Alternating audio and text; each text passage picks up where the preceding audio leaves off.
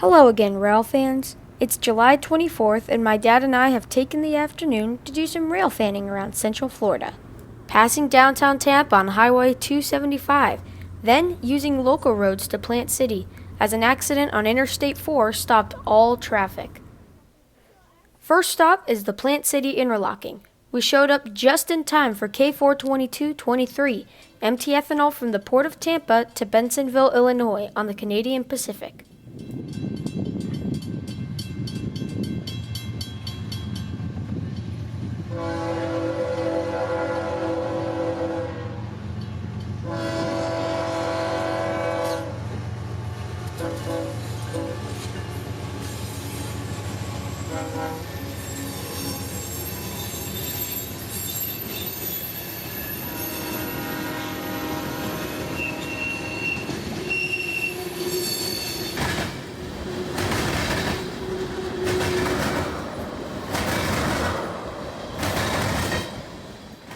This is an empty ethanol train that was unloaded at the Port of Tampa and mixed with petroleum to sell as gasoline. Each one of those tank cars can hold around 190,000 pounds of ethanol, not to mention the weight of the tank car itself. When loaded, this train, including the locomotives, is just over 20 million pounds. Today, K422 is 93 empties and was 5,218 feet in length. About an hour passes, and here comes Amtrak P9224, the northbound Silver Meteor, heading to Tampa and running 15 minutes late.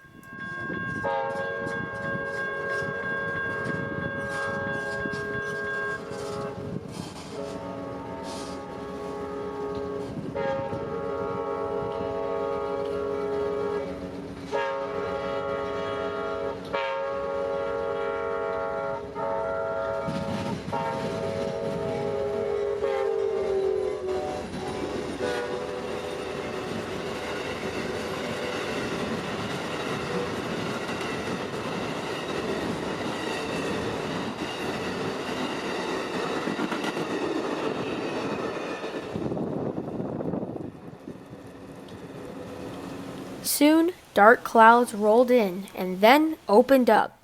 Thankfully, we sheltered under the viewing platform, and just as quickly as 92 had come, here he was again, running north to Lakeland, Orlando, and Jacksonville.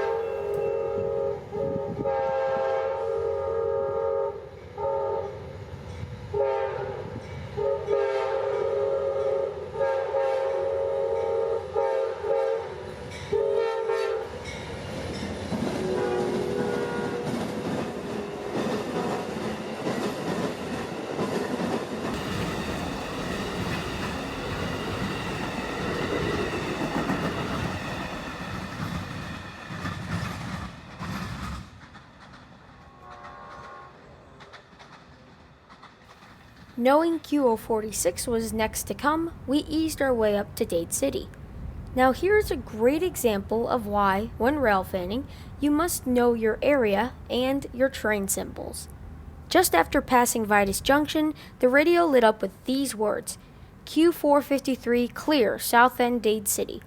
At this point, we were about a half mile south from the signals at south end Dade City, and knowing that Q453 is a southbound heading for Winston, he was coming our way.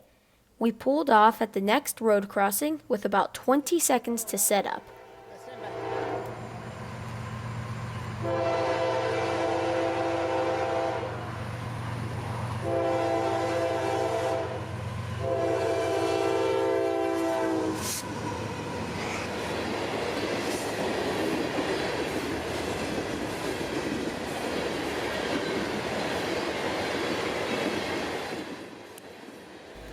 Q45324 is southbound mixed freight from the massive Thomas Rice Yard in Waycross, Georgia. He's coming down the S line and will make a left turn at Vitus Junction onto the Vitus subdivision. From there, he'll turn at Lakeland Connection and finally access Winston Yard, drop a few cars, and then take the A line all the way down to Miami, which is his final destination. He'll have little to none of his 12 crew hours left by the time he makes it to Miami. Today, Q453 was a monster, hitting the defect detector at Stokes with 286 axles and over 10,000 feet of train.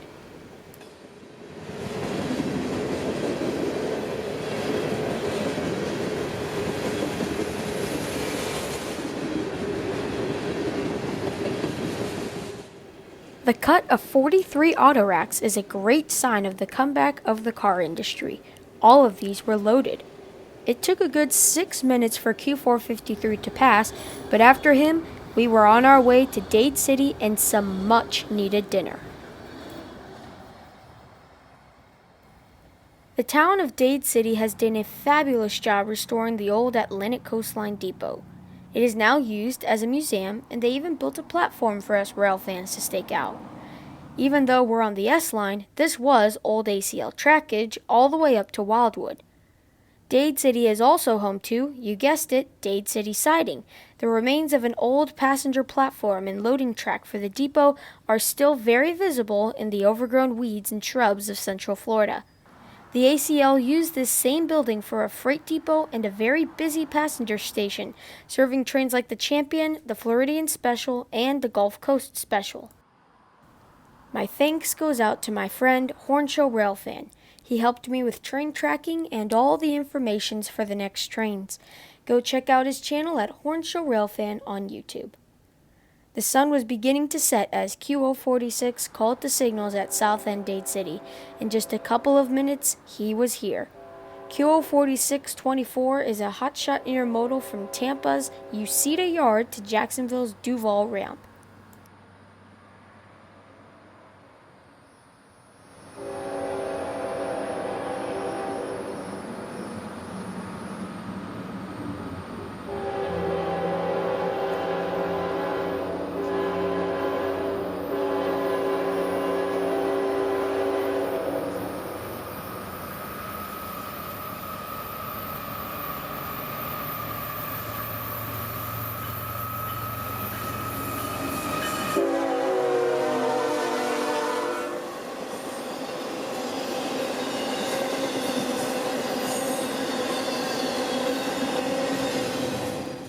If any of you viewers have never felt the rumble of a train passing by, take this example of when the train passes. Even on a stable platform with a good camera, the camera still shakes a bit when it passes. It's one of my favorite feelings in the world.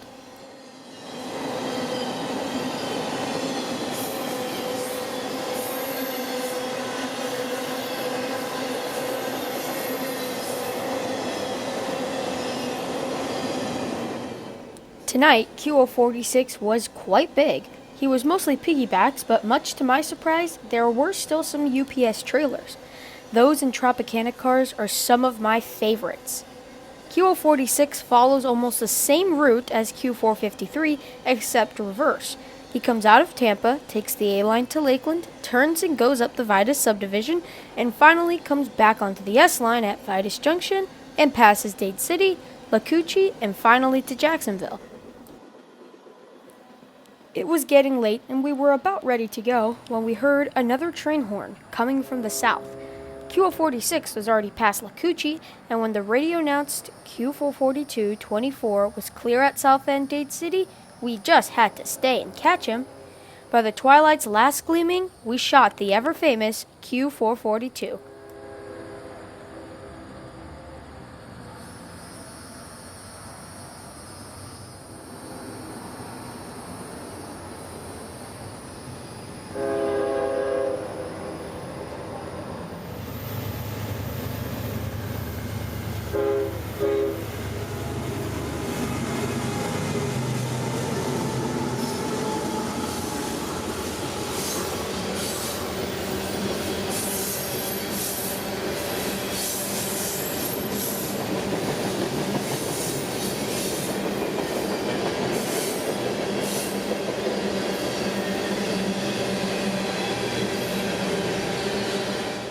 Tonight, Q44224 was a monster. Leading with loaded Tropicana juice cars, Q442 was 189 cars in all, including a cut of 57 empty autoracks at the end. Something very special for me was seeing CSX engine 504 in the consist as the trailing engine. He's an AC44CW-8, still proudly sporting the CSX YN2 paint scheme. CSX is beginning to scrap locomotives like these, so to catch them before they're all gone is a real treat.